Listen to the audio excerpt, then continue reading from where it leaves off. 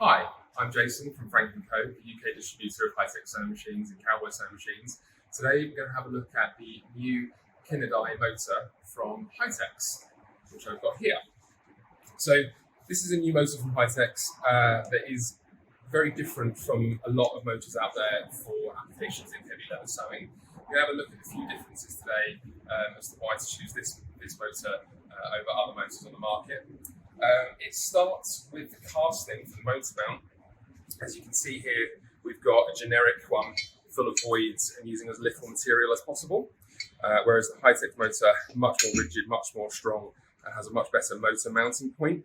The finish on these is a lot better as well, and if you can't mount the motor properly, it doesn't matter how good the motor is, it's not going to be effective and could lead to vibration and going out of time and out of sync.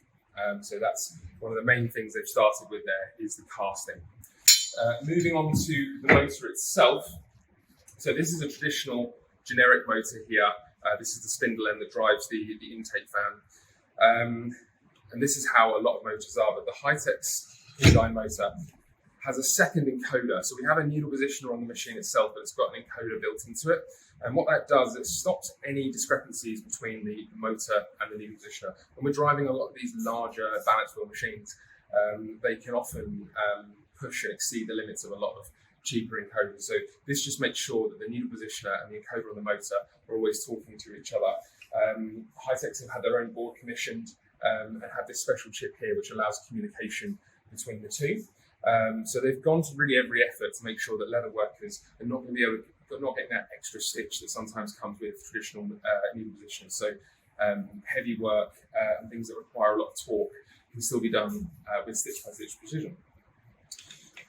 So moving on now to the actual needle positioner itself. This is again a comparison of a generic needle positioner and a High-Tech needle positioner. You see on the generic one, we have a fixed encoder mount. Not a lot going on there in terms of ability to control the machine and where it stops. We've got a plastic mount and this rather poor machine link here all inside of this unit, whereas the High-Tech's one, we've got a complete unit here, but the machine itself has a double encoder wheel, so we can actually program a high spot and a low spot. If you want to do that, you can actually turn that. And you can see we've got the two encoder sensors in here. So a lot more going on there, a lot more control for individual machines. Because a lot of older machines, they've got a lot more power and will trip something like this up. So High-Tech's have gone to the effort of having a double encoder wheel there, which will allow you to have all the control that you need. Speaking of control, we then move on to the foot pedal attachment. So again, we've got a generic one here, and there's only one operation when moving up, and not a lot of control in terms of your spring back. So on some machines, when they go back, they'll spring back up, and they'll actually trigger that, meaning that you could get a thread trim, or you could get a reverse stitch, or your needle can move when you don't intend it to. And if we look at the High-Tech's one here, we've got a controllable spring adjustment here, showing how high you need to heel back, so the operator can really decide how they like to work. And we've also got two distinct operations. So say you needed to raise the needle up and then trim, you've got needle raise and then trim as a second motion. So there's two distinct feelings there. You can also adjust how much the spring is needed to push down. And again, you've got the adjustment here to control that pin, and a much nicer mount as well. So again, sheet steel mount as opposed to a plastic mount. So this can take a lot more punishment in a factory or workshop. And now we can have a look at how the motor will come to you. So here it is, all boxed up. We're showing you the HM-750SL. So that is the standard configuration. The 750ST is for pneumatic operated things on the machine, things like trimmers, reverse, and pullers and whatnot. This is the 110 version, so for the US market, also available in 200 to 240 volt for UK and Europe. It's got a few other bits of information on there, but let's get inside the box. First thing we see is the instruction manual. So this is a really nice instruction manual. High-Techs have gone to every effort to make sure that the machine you can fit this to the machine. A lot of places don't even have a manual, so one that goes into such detail is a real treat, giving all sorts of different parameters and how to program the machine, and lots of different information there so that you make sure that you can program this correctly for your machine. If you look inside, we've got the Pitman rod as standard, we have the encoder, we've got the pedal control, we've also got the mains adapter, so your local dealer or your local importer will change this to fit your country. This is fitted with Chinese standards. If in the UK, it's a 13 amp plug. We've got our different fixings and other bits and pieces. And then underneath, we have our motor and our control box all tucked in there nicely. So this is how, if you order just the motor, this is how it will arrive to you, ready to be installed. And if you follow me upstairs, we're going to show you the benefits of the motor in action. So now we're going to look at the motor on a machine. We've got it here on the CB4500, which is a leather working model for saddlery and other leather working. I've got some veg tan leather here. I've got 4 layers of 4mm, I've got 16mm of leather. Normally a machine to go this slow, going through this thick fabric, you need a reduction gear. What we're going to show today that's no longer the case. And we're just going to pop that under the foot, under here. And so nice and slowly. And my foot is right down, so we're using the speed control that's built into the machine to so as slow as possible.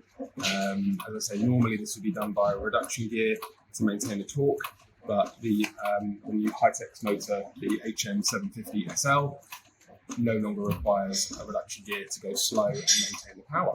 So we've got complete control over here. We can use the needle positioning if we want to, but in leather working, you tend to feed it into the last few stitches by hand because you need to get that stitch by stitch perfection. So you can still do that on this machine. There's no requirement to use the needle positioner. And again, my foot is right flat on the ground here. This is the fastest we go through our programming. If you wanted to go faster, it's very simple to increase that speed. We've got a lot of people, especially beginners or people transitioning from hand sewing or perhaps using our hand-operated machine in the outdoor. They like to go very, very, very slow so they can maintain the most amount of control. You can see that's sewing there. Absolutely no problem.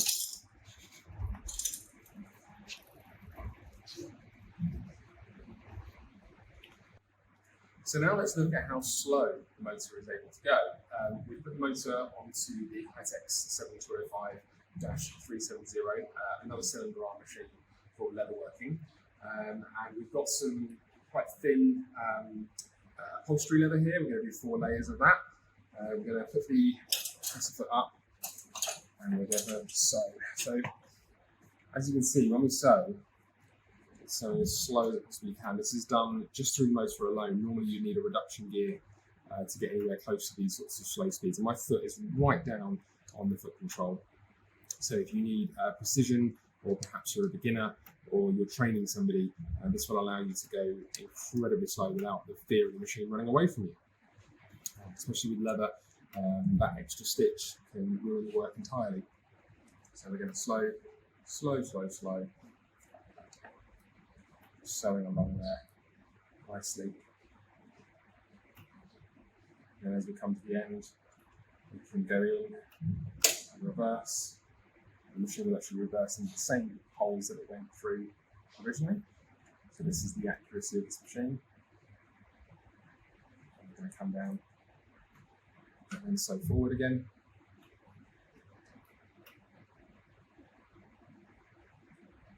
So incredibly slow. And then we turn that balance wheel up by hand.